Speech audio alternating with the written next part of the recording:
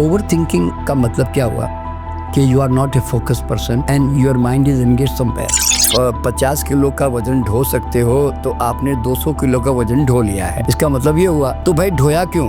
जब आपका माइंड 10 जगह चलता रहता है ना, तो you will not be able to focus on one thing. Then फिर तुम ना तो अपने बच्चों को, परिवार को, माँ बाप को, आपको लगेगा कि उनके साथ टाइम वेस्ट करने के बजाय मेरे जो दिमाग में विचार चल रहे हैं मैं उसको पहले कहीं से भी ठीक ठाक कर दूँ। अब जरा सोचो, एक शांत आदमी जब घर आता है तो कोई बात करता है तो आराम से शांति से बात करता है। एक 10 दिमाग में बातें लेकर आ रहा है, क्या क्या वो पति पूछ कुछ कर रही है, आप जवाब कुछ और दे रहे हो। If I am into any subject I will master it, that's all. यानी कि अगर मैं उस विषय में चला गया हूं तो मैं उसका मास्टर बन जाऊंगा।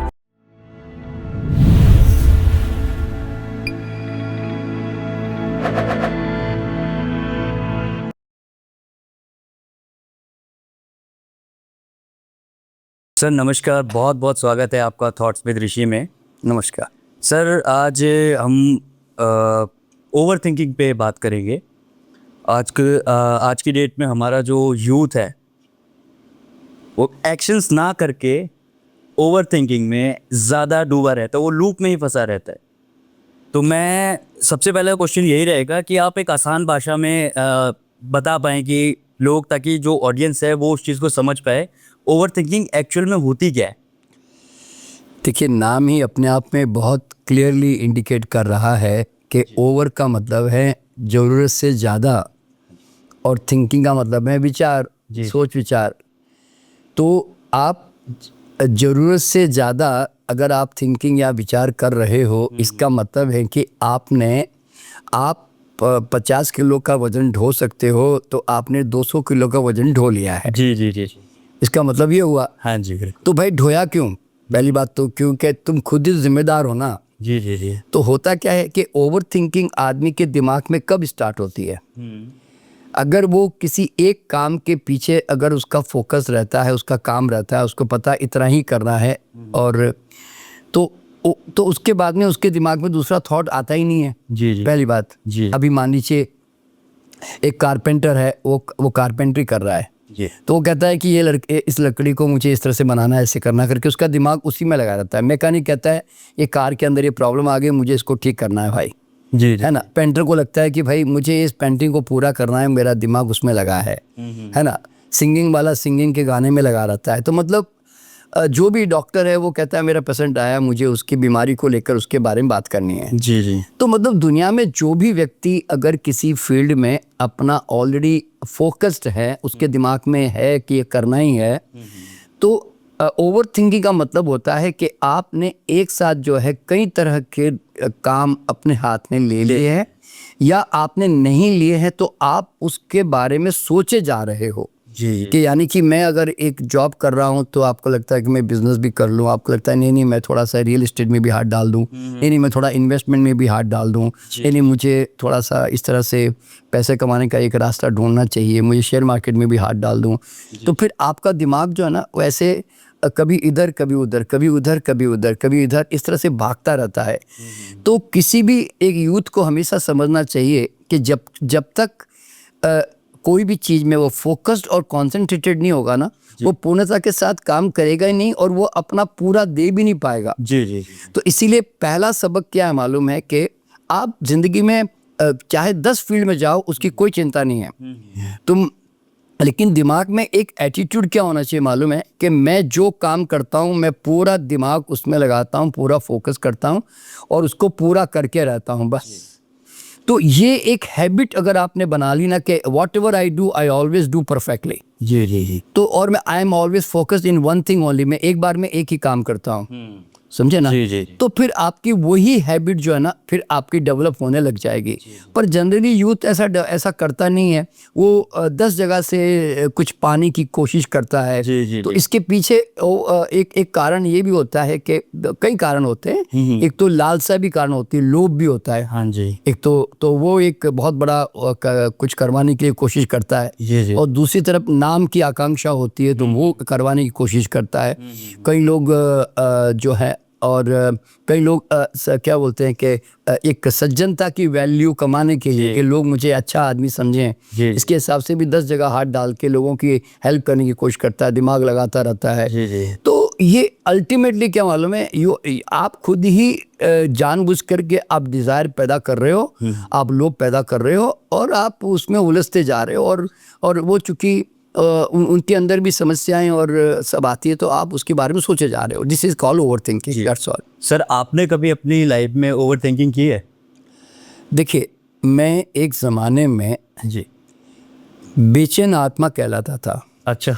हाँ, करीब 50 साल पहले की बात होगी, जब मैं 20-25 साल का था, 18-20 साल की उम्र में जी। मेरा चेहरा, मेरी आंखें कभी एक जगह टिकती नहीं थी। मुझे कोई भी देख के बोलता था ये कितना बेचैन है यार, शांति नहीं है इसके अंदर।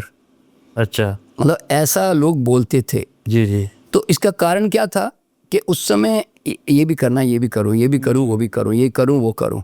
तो वो जो तरह तरह के 10 काम करने की जो थी ना, उसके कारण जो है मेरा दिमाग हर वक्त कहीं न कहीं भागता रहता था। जी। तो इस भगाने की प्रैक्टिस मैंने की ना, चंचलता का अभ्यास तो मैंने किया ना। हाँ जी, हाँ जी। क्योंकि मैंने ही डिज़ायर पैदा की, मैं इनको भगाता रहा। तो ये चेहरा भी वैसा बनता गया, बीमारियां भी वैसी बनती गई मेरी। फिर धीरे धीरे धीरे जब मैं 30 साल की उम्र के बाद में जब थोड़ी साधना के पथ पे आया, विपश्यना साधना है, ओशो के ध्यान है, सब इन चीज़ पे आया, तो फिर शांति का अभ्यास करना शुरू किया। तो उसके बाद मेरे अंदर स्थिरता और शांति आनी शुरू हुई। मैंने एक ही चीज़ हमेशा ज़िंदगी में सीखी है कि एक बार में मैं एक ही काम करता हूँ। मतलब मैं एक साथ 2 काम भी करने की कोशिश नहीं करता। अगर मैं गाना सुन रहा हूँ तो मैं पूरा गाना सुनूंगा, अगर मैं खाना खा रहा हूँ तो मैं पूरा खाना खाऊंगा, अगर मैं चाय पी रहा हूँ तो चाय का मज़ा लूँगा। वो ऐसा नहीं कि मैं चाय भी पी रहा हूँ, मैं उधर बातें भी कर रहा हूँ, मैं उधर और कुछ उधर मतलब उसमें फिर सारी चीज़ें हम एंजॉय नहीं करते। एंजॉय। देखो क्या होता है, आपको अगर ओवर थिंकिंग से बचना है तो आपको you have to learn to be in that moment only. जी जी। कि अभी जो मैं काम कर रहा हूँ मैं उसके साथ पूर्ण हूँ, I am total with that one. जी जी। तो उससे क्या होगा कि आप ओवर थिंकिंग से ऑटोमेटिकली ना आप कट होने लग जाएंगे। हाँ जी, हाँ जी। यूँ, ये एक सिंपल सा रास्ता है इसका। ठीक है सर। एक होता है बीइंग थॉटफुल और एक होता है कि बीइंग ट्रैप्ड इन थॉट्स। इन दोनों के बीच में क्या डिफरेंस होता है? देखिए, थॉटफुल जो है वो आपका विवेक है। जी।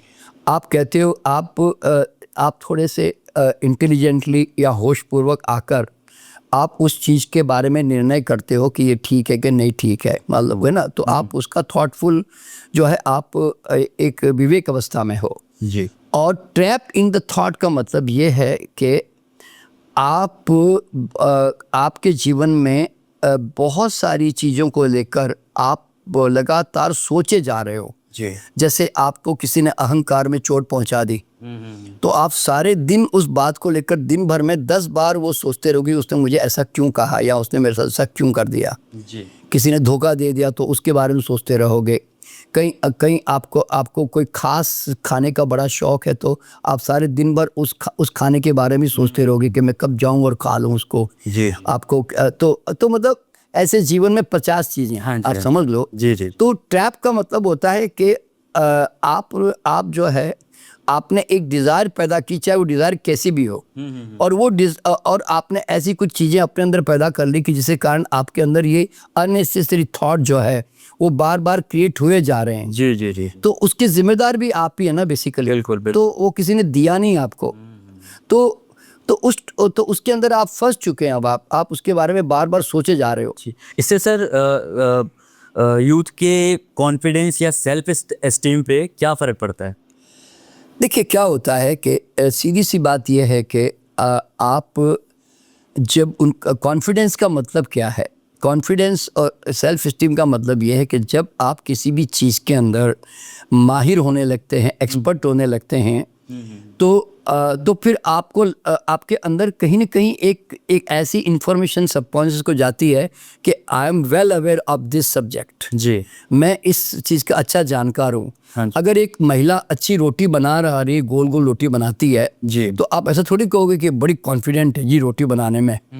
आप समझे ना, ऐसे थोड़ी बोलोगे। एक अब कैब ड्राइवर कितनी बढ़िया गाड़ी चलाते हैं मान लो, तो ऐसे थोड़ी बोलोगे कि वो जो है कि वो जो है मतलब तो वो उसने क्या किया, उसने एक प्रकार से वो कॉन्फिडेंट करके बोलोगे ना कि बड़ा कॉन्फिडेंटली ड्राइव कर रहा है यार ये। जी। तो आप अगर किसी भी सब्जेक्ट में जब कमज़ोर होते हो और वो सब्जेक्ट आप उसका अभ्यास भी नहीं है आपके पास, जी। तो फिर आप थोड़ा सा कॉन्फिडेंस लूज करके उसको करने की कोशिश करते हो आप। जी। अब देखिए एग्जांपल दे रहा हूँ मैं अभी कि मैंने कभी confidence, I must develop my confidence, ऐसा तो मैंने तो कभी सोचा भी नहीं। जी। मेरी एक ही आदत मैंने हमेशा क्या जानी मालूम है, if I am into any subject I will master it, that's all. जी। यानी कि अगर मैं उस विषय में चला गया हूं तो मैं उसका मास्टर बन जाऊंगा, और मैं ऐसा मास्टर बनूंगा कि कोई भी मेरे सामने टिके नहीं अगर बात करना चाहें तो मतलब वो मेरी नेचर है। जी। तो अब उसके कारण क्या मालूम है, तो मैं कॉन्फिडेंट हो गया, तो confidence was a natural by product. अब देखो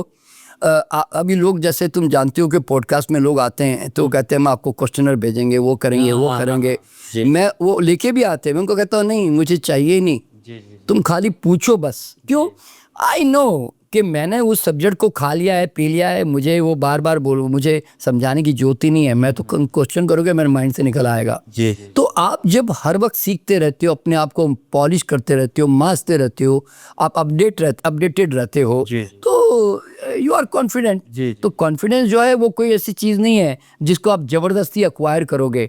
आप अपनी किसी भी फील्ड में अपनी स्किल टैलेंट उसको अच्छा डेवलप कर लो और उसको प्रैक्टिस कर लो। हाँ, अगर ओवर थिंकिंग करते रहेंगे तो फिर ना तो स्किल डेवलप होगा। देखिए आप ओवर थिंकिंग का मतलब है तुमने 4 चीज़ों में हाथ डाल दिया है, जी। तो वो तुम्हें हटाने ही पड़ेंगे। अगर तुम्हें लगता है कि मैं ये भी करता रहूँ वो भी करता रहूँ, इसमें मेरा काम नहीं हो रहा है, उसमें गड़बड़ हो रही है, उसमें ऐसा हो रहा है, उसमें, तो आपका दिमाग सारे दिन है ना, देखिए कहीं भी अगर एंगेज होता है ना माइंड आपका जगह जगह पे, तो फिर आप एक जगह कैसे फोकस्ड हो पाओगे? जी। सिंपल सा साइंस है। बिल्कुल। सर, ओवर थिंकिंग का शरीर पे क्या इफेक्ट पड़ता है? देखिए बहुत बड़ा असर पड़ता है। देखिए पहली बात तो क्या होती है कि आपका चेहरा देख के कोई समझ जाएगा कि वो ये शांत तो नहीं है आदमी। अच्छा। पहले तो उसके चेहरे पे तो पता चलेगा ना। जी बिल्कुल। और दूसरा, जब आप ओवर थिंकिंग में रहते हो ना, तो आप रिलैक्स नहीं रहते आप। तो जब माइंड रिलैक्स नहीं होता ना, तो कभी ध्यान रखना, आंत और माथ इन दोनों का कनेक्शन है, इंटेस्टाइन और दिमाग का। तो हमारा गट जो है ना वो सेकंड ब्रेन कहलाता है। अब जानते हैं कि एक थॉट कोई भी माइंड में अगर जरा सा भी आपको लगा कि अरे उसने तो वो तुम्हारा पैसा नहीं दे रहा है, या तुम्हारा वो चेक बाउंस हो गया, तुम जैसे ही सुनते हो तुम खाते खाते खाना रोक देते हो। हाँ जी। तुम्हारा माइंड जो है ना एकदम स्ट्रेस में आ जाता है। जी। तो तुम्हारा पेट की भूख उसी समय स्लो डाउन हो जाती है ना। या तुमने ऐसी कोई बात सुनी कि जो तुम्हें लगा कि आज मार्केट गिर गई है और मेरा पैसा डूब गया, तो तुम्हें सडनली है ना एकदम तुम्हें मोशन जैसी फीलिंग आएगी, तुम्हें पेशाब आ सकता है। तो क्योंकि इसका कनेक्शन है वहाँ पे।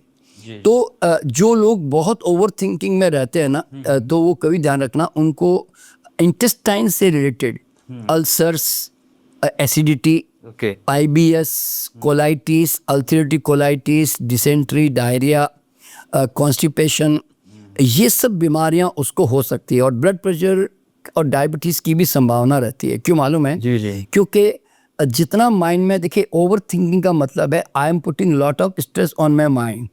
तो माइंड में जितना स्ट्रेस पड़ता ना, उसका सीधा असर पेट के ऊपर, पैंक्रियाज के ऊपर, सबके ऊपर पड़ता है। तो इसलिए फिर डायबिटीज़ होने की संभावना भी रहती है। इसीलिए बिजनेस के अंदर भी, जॉब के अंदर भी आपने देखा होगा कि जो लोग 35-40 साल उस फील्ड में रह गए, तो उनको जनरली डायबिटीज़ हो जाती है। वो क्यों हो जाती है? क्योंकि अब वो तो उनकी तो बात छोड़िए, बच्चा जब एग्जामिनेशन में जा रहा होता है ना, तो उस समय उसका माइंड जो स्ट्रेस में आता है, तो उससे भी ग्लोसूरिया करके एक बीमारी जिसमें पेशाब में ग्लूकोज निकल जाता है, उसके भी, तो बच्चों को भी ग्लूकोज पैदा हो जाता है। तो आप समझो कि नॉर्मल कंडीशन में जब आप ओवर थिंकिंग करके आप किसी चीज़ का, देखिए जनरली अगर आपने देखा होगा कि कोई अगर हमारे पूरे दिन में 60-70 हज़ार हमारे थॉट्स आते हैं, तो 90% तो नेगेटिव थॉट्स होते हैं। जी जी जी बिल्कुल। तो मैं ऐसे कह सकता हूँ कि भाई 90% तो नेगेटिव थॉट का प्रभाव पड़ा ना तुम्हारे पेट पे। सही है। तुमने तो 10% बॉडी को थोड़ा रिलैक्सेशन दिया। जी। मान लो कोई अच्छी चीज सुनी होगी, कोई अच्छी देख ली होगी, दोस्तों के साथ हंस ली होंगे, थोड़ी देर बातें कर ली होगी, जी। तो कोई फिल्म देख ली होगी, ऐसे मान लो। तो इसलिए हमारा जो मैक्सिमम टाइम है ना वो हमारे पेट को खराब करने में लगा रहता है। तो एक समय आने पर है ना हमारा पेट बोल जाता है। जी जी। फिर वो बीमारियां जो है एक 5-10 साल के बाद में धीरे धीरे आपके सामने आ जाती है, यूँ समझ। और ऊपर से ओवर थिंकर्स का स्लीप साइकिल भी बिल्कुल खराब हो जाता है। हाँ देखिए, अच्छा अब यहाँ पे दूसरी बात क्या करती है कि जब आप ओवर थिंकिंग करते हो तो ओवर थिंकिंग में आपका माइंड जबरदस्ती जानबूझ करके एक्शन में रखा जाता है ना। तो एक 10 दिन भी अगर आपने ओवर थिंकिंग की आदत डाल दी ना तो आपकी वो हैबिट बन जाती है। हाँ बिल्कुल। And that habit become conditioning. Conditioning होते ही अब आप न भी चाहो तो अपने आप माइंड चलता रहता है। हाँ जी। आप कहते हो कि पता नहीं, मैं तो सोचना नहीं चाहता हूँ, मैं ऐसा सोच भी रहा हूँ कि मैं ना सोचूं, लेकिन फिर भी मेरा माइंड चल रहा है। जी वो चल इसलिए रहा है कि तुमने प्रैक्टिस की है भाई। जी जी जी।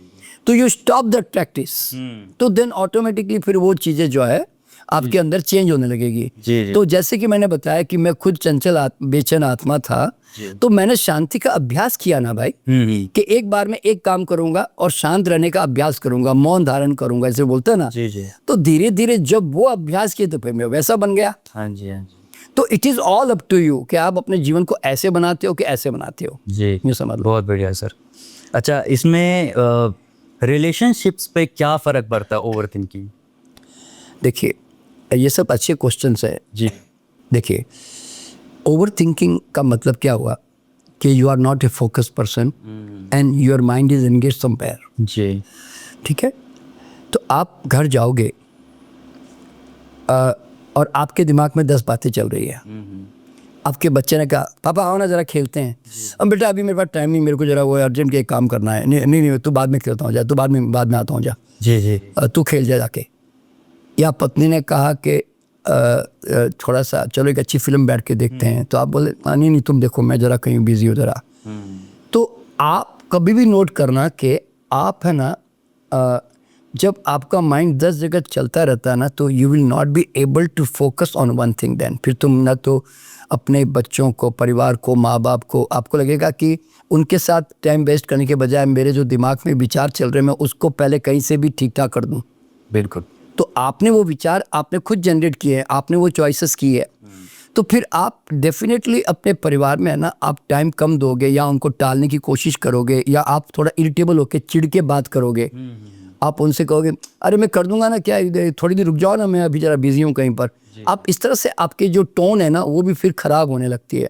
अब जरा सोचो, एक शांत आदमी जब घर आता है तो कोई बात करता है तो आराम से शांति से बात करता है।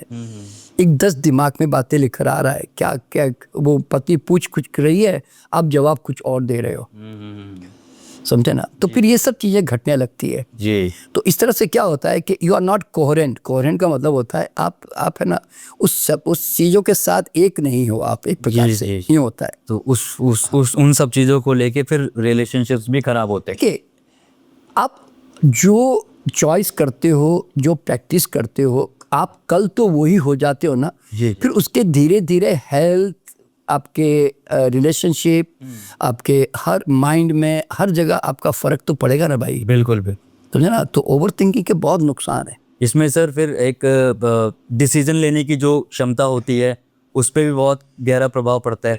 हाँ देखिए क्या होता है, आप जरा सोचिए कि स्पष्टता कब आती है, क्लैरिटी कब आती है, जब पानी हिलता हुआ बंद होता है। जी। पानी हिल रहा है तो कुछ भी क्लियर नजर नहीं आता ना। जी।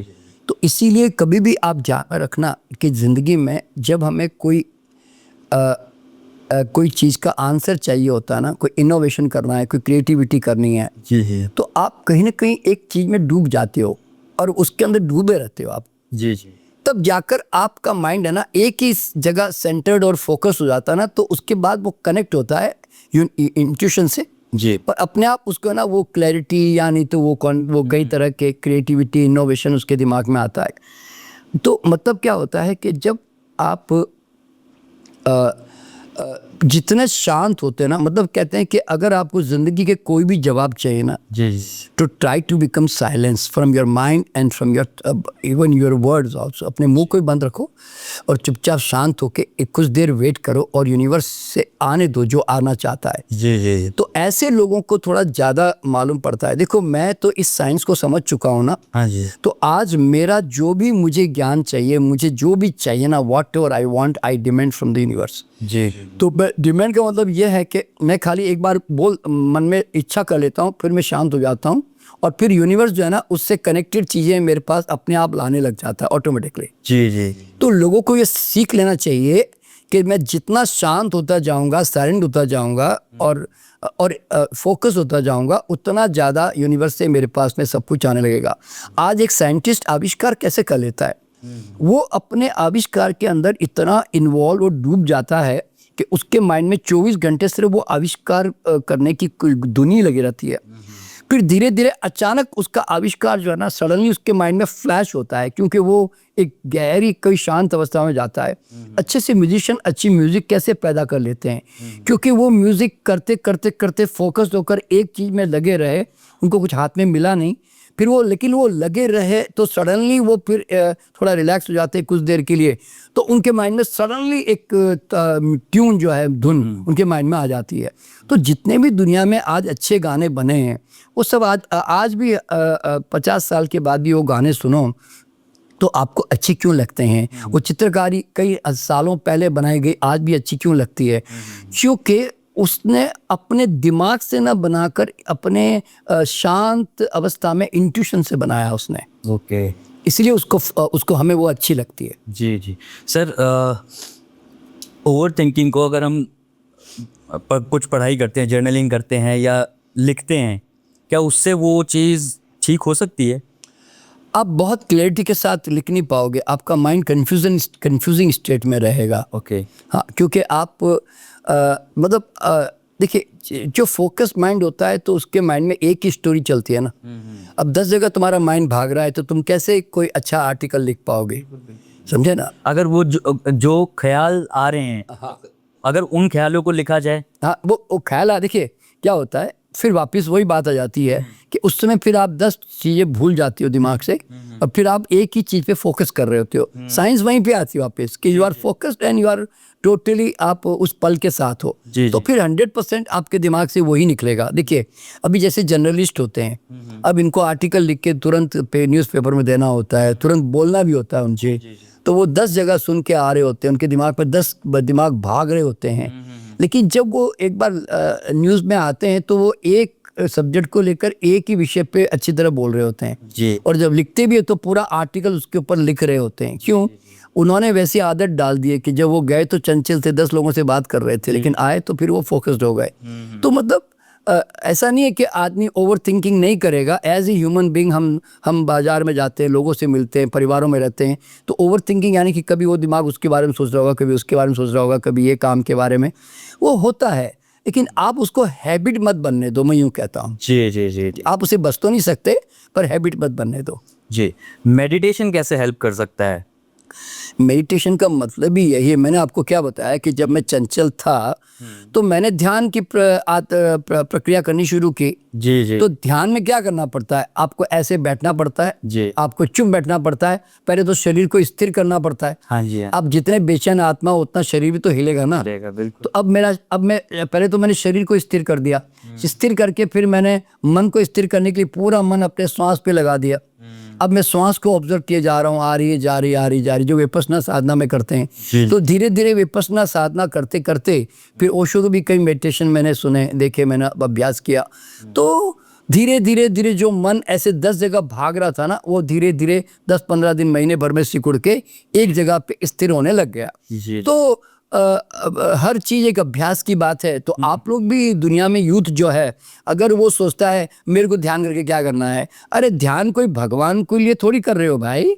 अरे ध्यान का मतलब है you are becoming aware of this moment, you are becoming aware of yourself, you are becoming aware of your thoughts. जी तो आप अपने बारे में अगर जानोगे नहीं कि मैं कहाँ पर हूँ, मैं कर क्या रहा हूँ, तो तुम अपने आप को सुधारोगे कैसे, ठीक कैसे करोगे? बिल्कुल सही बात। समझे ना? जी। तो इसीलिए मेडिटेशन इज द अटमोस्ट, यानी कि टॉप लेवल पे सबसे पहले नंबर पर है।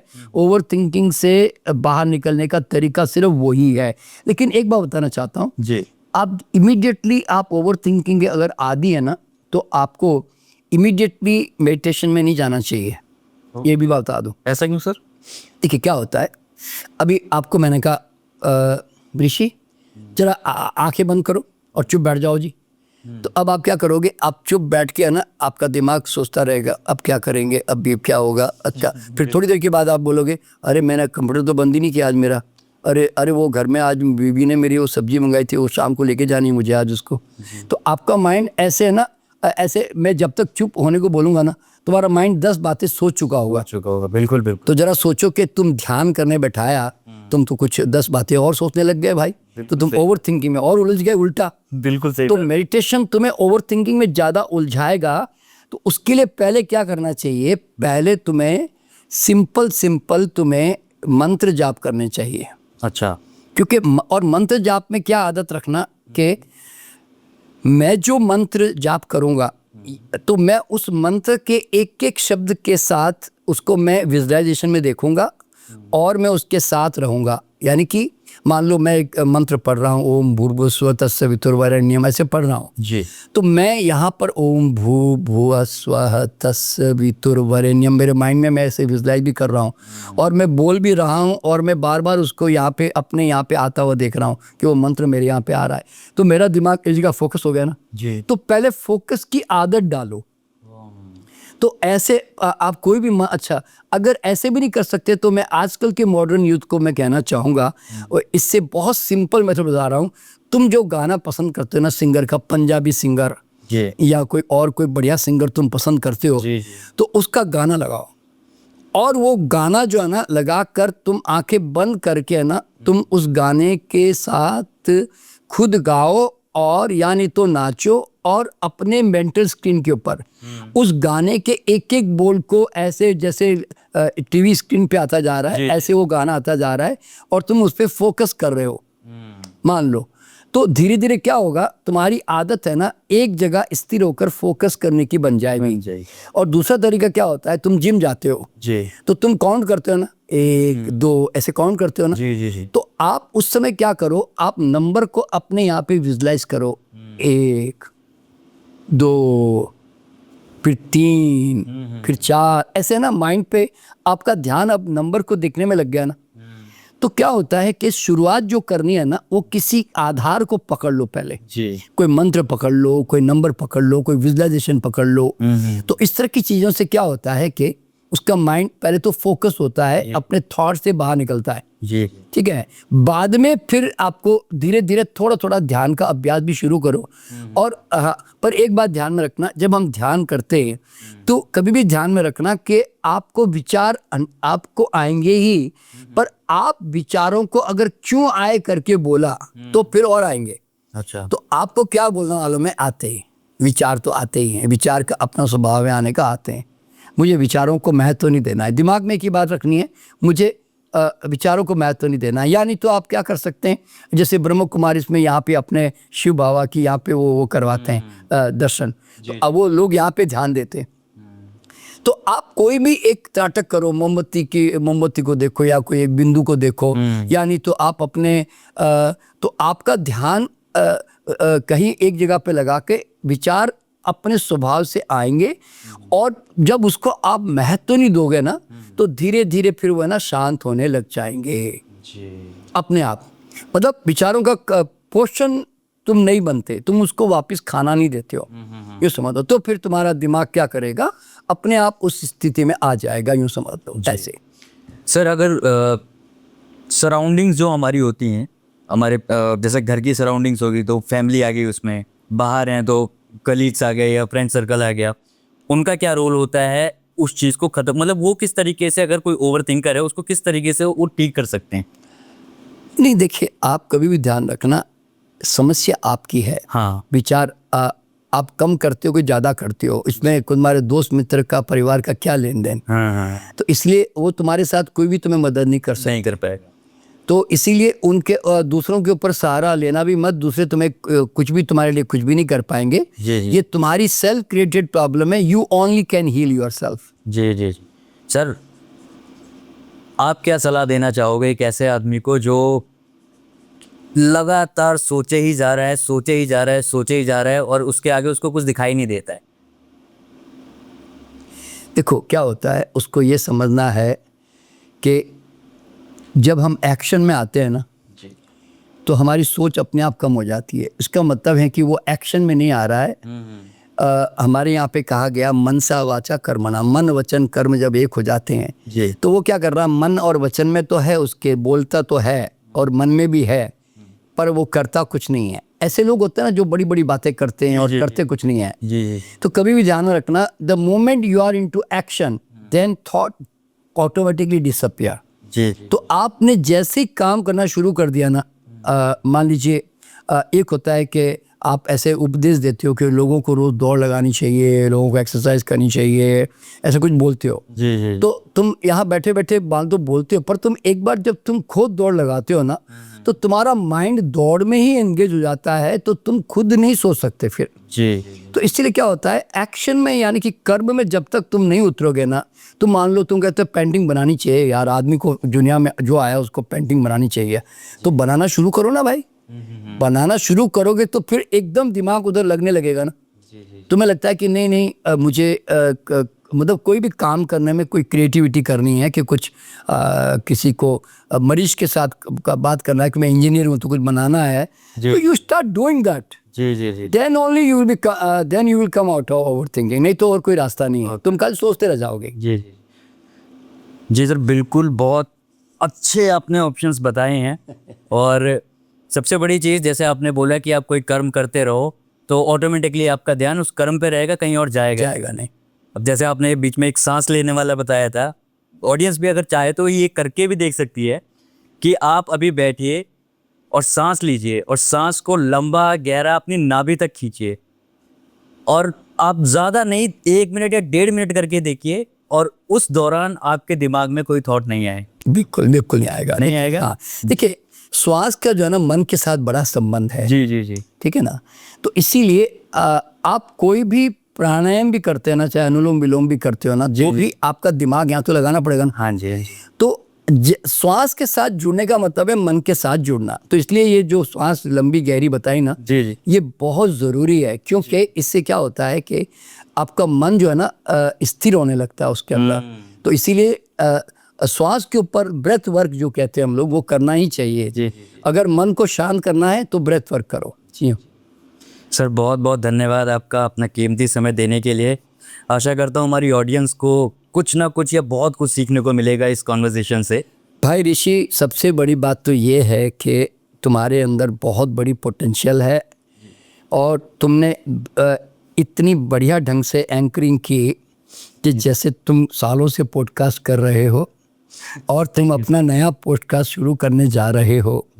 तो और मैं ऐसा चाहूँगा कि तुम्हारा ये जो एंकरिंग का काम जो है आगे खूब बढ़ता रहे और अपने आप को पॉलिश करते रहो, मांजते रहो। और मैं तो हमेशा तुम्हारे साथ हूँ ही तुम्हें गाइड करने के लिए।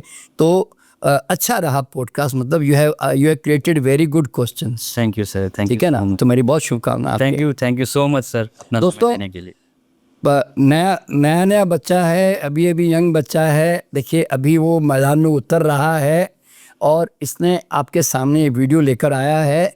तो मैं आप लोगों से कहना चाहूँगा कि ज़रूर सब्सक्राइब करें इसको और अपने दोस्तों मित्रों में इसको ज़रूर शेयर करें, लाइक करें और जो दबाते बोलता है ना बटन वो सब दबाते रहना और इसको आगे बढ़ाना। बस चलिए, कामना। Thank you.